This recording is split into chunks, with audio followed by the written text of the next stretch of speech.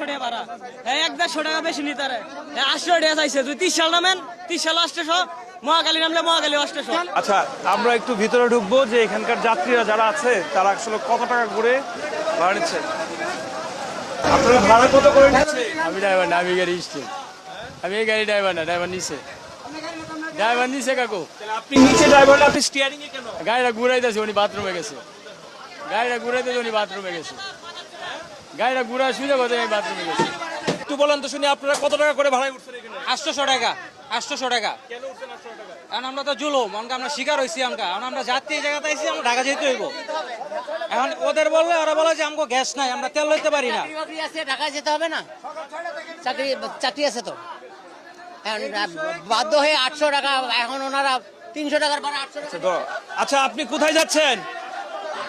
আচ্ছা, এইখানে যে পরিস্থিতিটা সৃষ্টি হয়েছে, আচ্ছা একটু বলেন শুনি, মানে আপনি স্টিয়ারিং থেকে নেমে গেলেন কেন? কি সমস্যা? ড্রাইভার না, তাহলে আপনি স্টিয়ারিংটা ধরলেন কেন? জানেন না এটা যে দুর্ঘটনা ঘটে? আমি তো মনে করি অন্য গাড়ি ইচ্ছা বানাবি, আমি মনে করি গাড়িটা কইছে ঘুরাইছে। আপনি 800 করে ভাড়া নিয়ে গাড়িতে যাত্রী উঠেছেন কেন? আমি গাড়ি 800 টাকা ভাড়া চাই নাই, আমি কোনো ভাড়া চাই না, আমার খালি হয়েছে গাড়িটা ঘুরাইছে।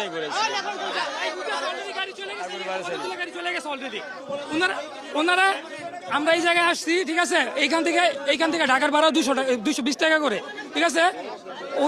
ওনারা এখান থেকে 800 টাকা করে ভাড়া নিতে।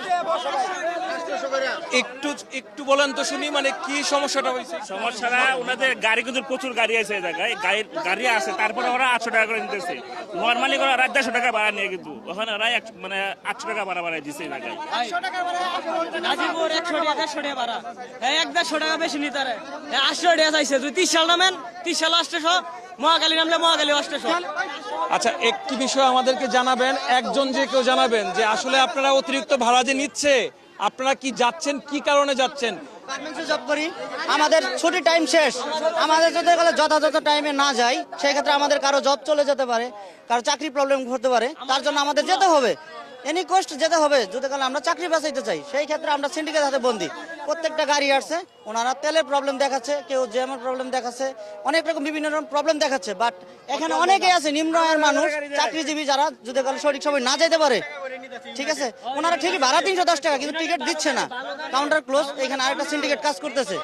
আমরা যারা আগামীকাল ডিউটি না করতে পারি, অনেকের জব চলে যাবে, সেই ক্ষেত্রে আমাদের যেতেই হবে।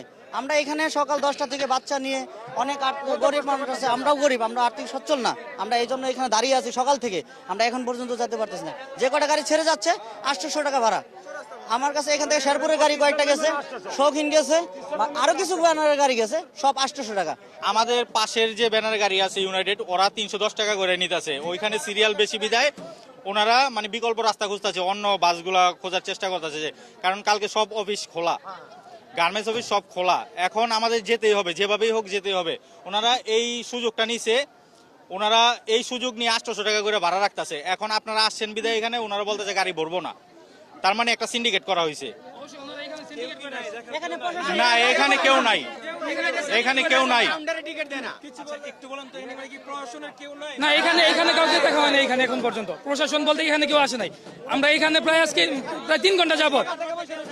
আচ্ছা, একটু বলেন তো, আপনি তো বাসের মধ্যে বসা, কি ঘটনা? কত দিয়ে টিকিট দিয়ে আপনি উঠছেন? ওদের কাছ থেকে আমি 800 টাকা পুরাই তুলছি। আমাদের ভাড়া হচ্ছে 200 টাকা বা সর্বোচ্চ 310 টাকা, কিন্তু ওরা 800 টাকার কম একটা গাড়িও ছাড়ে না। শৌখিন যত করে গাড়ি আছে সবটি 800 টাকা পড়তেছে। আর ইউনাইটেড যা আছে ওরা ওদের বাড়ায় ঠিক আছে, কিন্তু ইউনাইটেড আমরা টিকিট পাচ্ছি না।